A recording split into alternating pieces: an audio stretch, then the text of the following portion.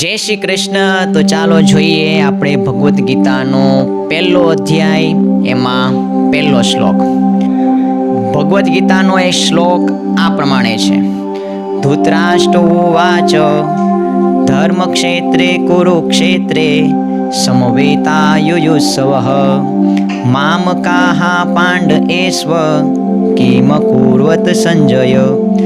ભગવદ્ ગીતાનો પહેલો અધ્યાય એમાં પહેલો શ્લોક છે ધૃતરાષ્ટ્ર બોલે છે અને ધૃતરાષ્ટ્ર દ્વારા બોલવામાં આવેલો ગીતાની અંદર એક જ શ્લોક છે જે પહેલો શ્લોક છે।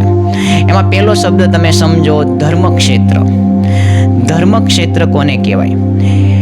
એક એવો પ્રદેશ કે જેમની અંદર મોટા ભાગે ધર્મનો વિજય થાય છે, સત્યનો વિજય થાય છે।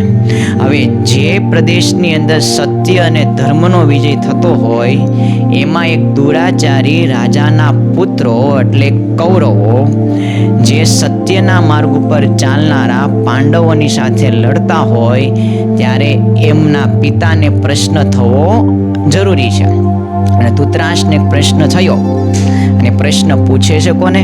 એ પ્રશ્ન પૂછે છે એમના મંત્રીને અને એમના મંત્રીનું નામ શું છે? સંજય।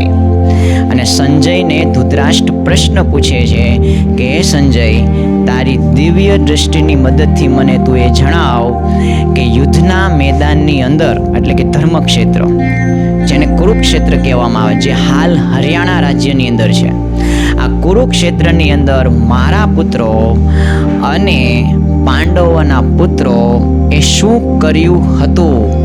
હવે આ ઘટના ઓલરેડી બની ગયેલી છે યુદ્ધની અંદર અને યુદ્ધના 10મા દિવસે ધૃતરાષ્ટ્ર સંજયને આ પ્રશ્ન પૂછે છે કારણ કે એમને એ શંકા હતી કે કદાચ એમના પુત્રોએ યુદ્ધની અંદર